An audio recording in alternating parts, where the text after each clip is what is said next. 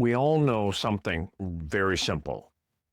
You know that putting your cell phone on airplane mode is not going to recharge it. And yet, how many of us get caught thinking that, if I just have a break from work, if I just have a rest from work, well, there's a term, it's called recreation.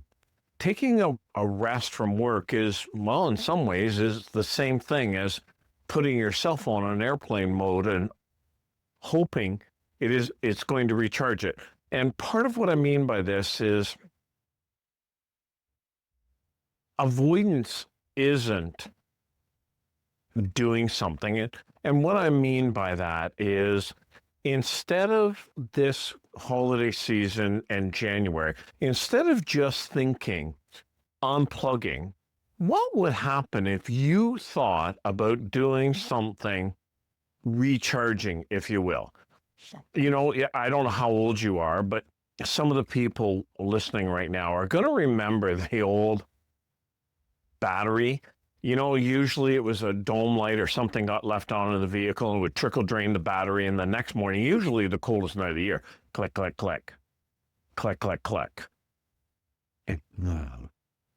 That happened to me not that long ago. I borrowed an ATV, turned the key, and, well, I didn't even get it. Click, click, click. But it's that slow, steady, and silent drain that trickle drains our battery. We all know the big things that will drain the battery. We all know those. But what about those slow, steady trickle drains? Strain. And yeah, there might be a big one, but what about that stress? What about those little stressors? Expectations. Responsibilities. And I'm not just talking about work responsibilities. If you're a parent, if you're a child, if you're a spouse or partner, if you're a colleague, if you're a friend, what about all those responsibilities? And, part of it is, I don't think a lot of them knock us out of the game in one big shot. But what would happen if you and I set this year as protect your battery? Keep a charge in your battery.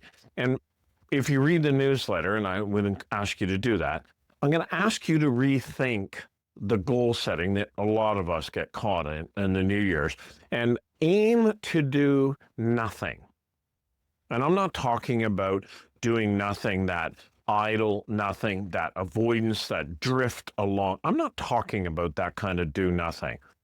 But basically, less doing and more being. Ask yourself, what is the one thing that represents who I am?